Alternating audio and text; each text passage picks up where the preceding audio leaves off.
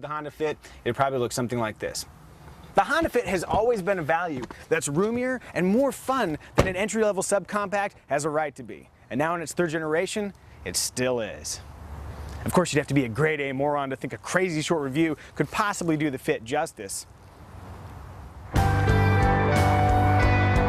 Especially since there's so much to know about the latest iteration of the Honda Fit.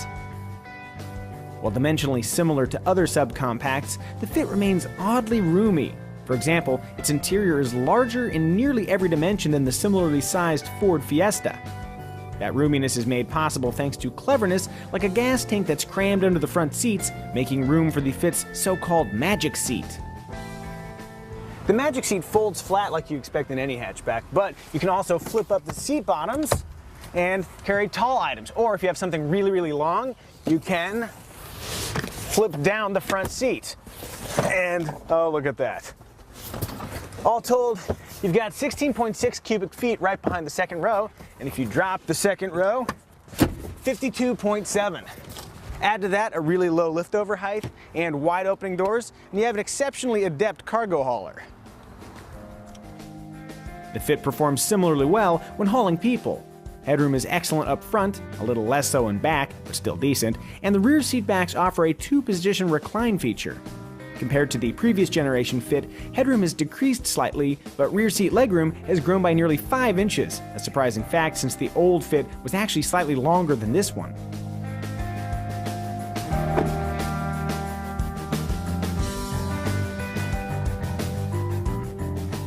Following a theme that's now very common amongst entry-level cars, the Honda Fit boasts expanded use of soft surfaces. That's nice, but where you really want softness are the places you touch, like this super hard door armrest. This center armrest is a little bit softer, but oh no, it's so low I can't use it without sitting at a ridiculous angle. What are you doing?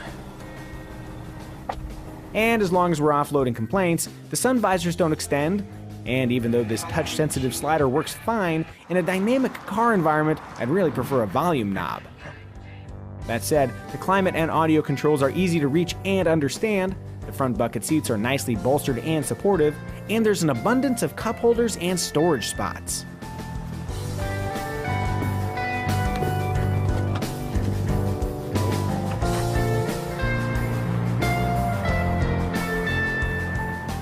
One of the benefits of driving a car this small is that it's really easy to squeeze in and out of parking spots. That's doubly true in the Honda Fit thanks to these big windows that make it very easy to see out of. Yes, I recognize this isn't the smallest spot. Even so, parking only constitutes a small amount of the time you spend driving. During the other 98% of the time, the Honda Fit performs well, with precise steering, confident brakes, and a very predictable driving demeanor. It even rides pretty nice. At times, as you can tell, it gets a little bit noisy in here, but that's to be expected considering the price point. One notable improvement over previous generation Honda Fits is a bump in horsepower. 130 horsepower isn't earth-scorching, but it is enough to keep that semi from occupying your magic seat.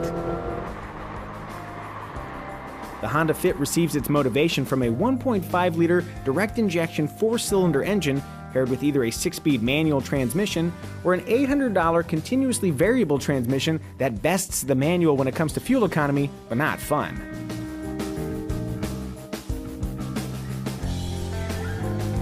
Honda Fit prices range from a little more than $16,000, including destination, for a base LX trim with a manual transmission, to $19,000 for a CVT-equipped EX trim. Pricing tops out at a little less than $21,000 for a leather-clad EXL trim. Tack on an extra $1,000 if you want an EXL with navigation.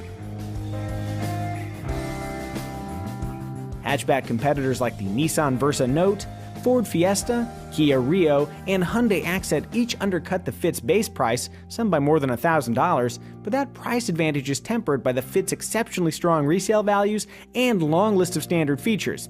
Buckle up, that list includes a rear-view camera, automatic headlights, a 5-inch audio display, cruise control, power windows and door locks, a one-touch driver's window, air conditioning, steering wheel mounted audio controls, a tilt and telescoping steering wheel, Bluetooth, 6 airbags, and a 160-watt audio system with USB and auxiliary inputs.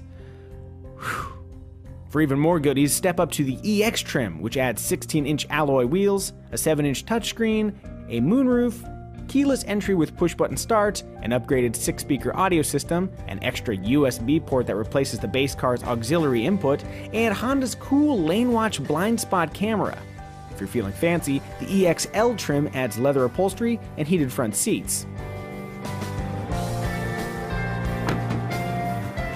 The latest Honda Fit is roomier, more refined, and offers more features than ever before, but it also has its shortcomings, just like all cars do. Car buyers can't demand perfection, but it's totally reasonable to expect certain things from a modern subcompact hatchback. Things like a cheap purchase price, great fuel economy, room for gear, maybe some friends, and a sense that the car isn't punishing them just because they're frugal. On all those counts, the Honda Fit, it's an undeniable winner.